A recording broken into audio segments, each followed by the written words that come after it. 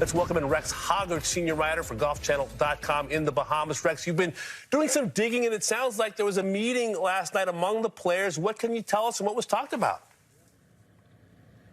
Yeah, Damon, another meeting. We have a lot of those lately, it seems like. I spoke with a source familiar with the meeting. It happened last night. It was here on property at Albany. It lasted about 2 hours, I was told. And I was told that all 20 players who are in the field here at the Hero World Challenge attended, along with Tiger Woods, who is the host this week. Now, Rory McIlroy, who has become the de facto spokesperson for the PGA Tour when it comes to all things LIV Golf, he joined the meeting via Zoom, as did PGA Tour Commissioner Jay Monahan. And I was told it was essentially just a continuation of the conversation that started a few months ago in Wilmington, Delaware, when Tiger and Rory got all of the game's top players together and tried to come up with some sort of response to LIV Golf. Now, I specifically asked Tiger Woods yesterday what his message is in these meetings. What is he telling players? And he really touches on some familiar bullet points here. He talked about playing opportunities for younger players. He talked about legacy, being able to play the major championships. And he also talked about the idea of the top players being rewarded more. Again, these are all things we've heard before, Damon, but it certainly hits differently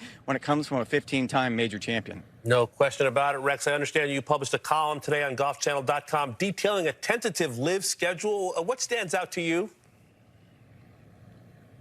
Well, we talked about this earlier in the week. It looks like that February is when LIV's schedule is going to start next year in 2023. They're going to start at Mayakoba, longtime PGA Tour stop that seems to be converting to LIV Golf. Now, it's not the only venue that seems to have a tour pedigree that's going to LIV Golf. Right after that stop in Mexico, it looks like they're going to the Gallery, which is at Dove Mountain in Tucson. That hosted the WGC Match Play twice. After that, they're going to Valderrama in Spain, again, another WGC venue that also hosted a Ryder Cup. And then the Greenbrier is on the schedule in August, another longtime PGA Tour venue. So you get an idea of what LIV is trying to do with their schedule. And I thought the most interesting thing about this tentative schedule that I saw was that of those 14 events, just one is played opposite either a major, a playoff event, or one of the tour's elevated events. That's going to happen late in the year when LIV Golf visits Bedminster in New Jersey. Again, that's scheduled right now to be held the same week as the FedEx St. Jude Championship, which is the first playoff event. So you kind of get the idea of the first conflict between the two circuits.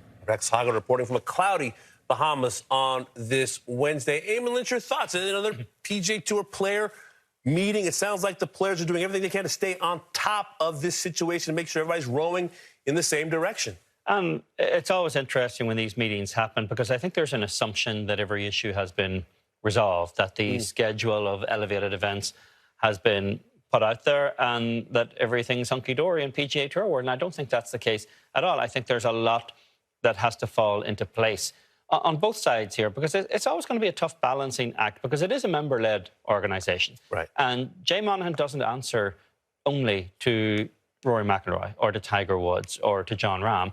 There are hundreds of members. And it's going to be interesting because it's an organisation that's driven by those guys at the top. So there's a balancing act that has to happen there. And I suspect that's what all of these meetings are about. And it could still get contentious at some point, even within the PGA Tour. Nothing is going to be worked out particularly easily on this because there always are competing constituencies, even on the same side. That's a great point you make. And now we're seeing this tentative LIV schedule released for 2023, including events that will be held the week before major championships. Eamon, I'm trying to wrap my mind about the possibility of seeing some LIV golfers competing in Florida the week before the Masters, all that pyrotechnics and noise, and then somehow sashaying their way down Magnolia Lane the next week. Do you see a scenario where that's exactly what's going to happen, no matter what the scenario, the situation with the lawsuits said? That we're going to have a situation where these players will be able to go from one event on LIV right to the first major championship of the year. Yeah, that would be a jarring move from the theatrics of a LIV event to this kind of cathedral of quiet at Augusta National. I was struck by what Rex talked about in the schedule and what he's written in his story, that there are 14 LIV events scheduled for next year. And we've heard all of this talk about the idea of growing the game. 10 of the 14 are in North America, 1 in Mexico, 9 in the United States. So they're striking out to grow the game in underserved areas like Arizona and Florida. And guys who said they wanted to spend a lot more time at home, well, they're going to end up going to Spain and to Singapore and to Australia and to London as well. So they're going to rack up some miles along the way. But a lot of it still just depends on what the broadcast deal turns out to be if LIV can actually secure one. And I think that's why they're aiming for so many events in North America, is the idea this is where the audience exists for golf on a large-scale viewing proposition.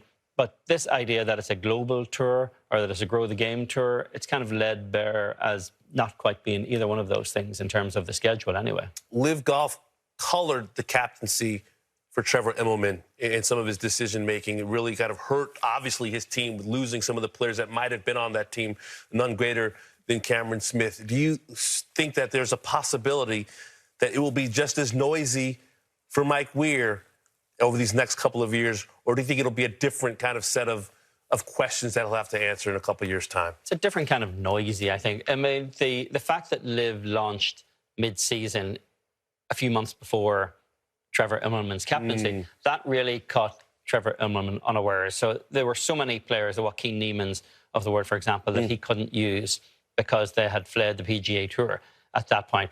I think 2 years away now from Mike Weir's captaincy almost, he's going to have a lot more lead time to deal with this, to legislate his way around it. And who knows what the landscape of golf looks like 2 years ago. We'd be astonished 6 months ago if you told us what it looks like right now. Yeah, no one has any idea what professional golf will look like in 2024.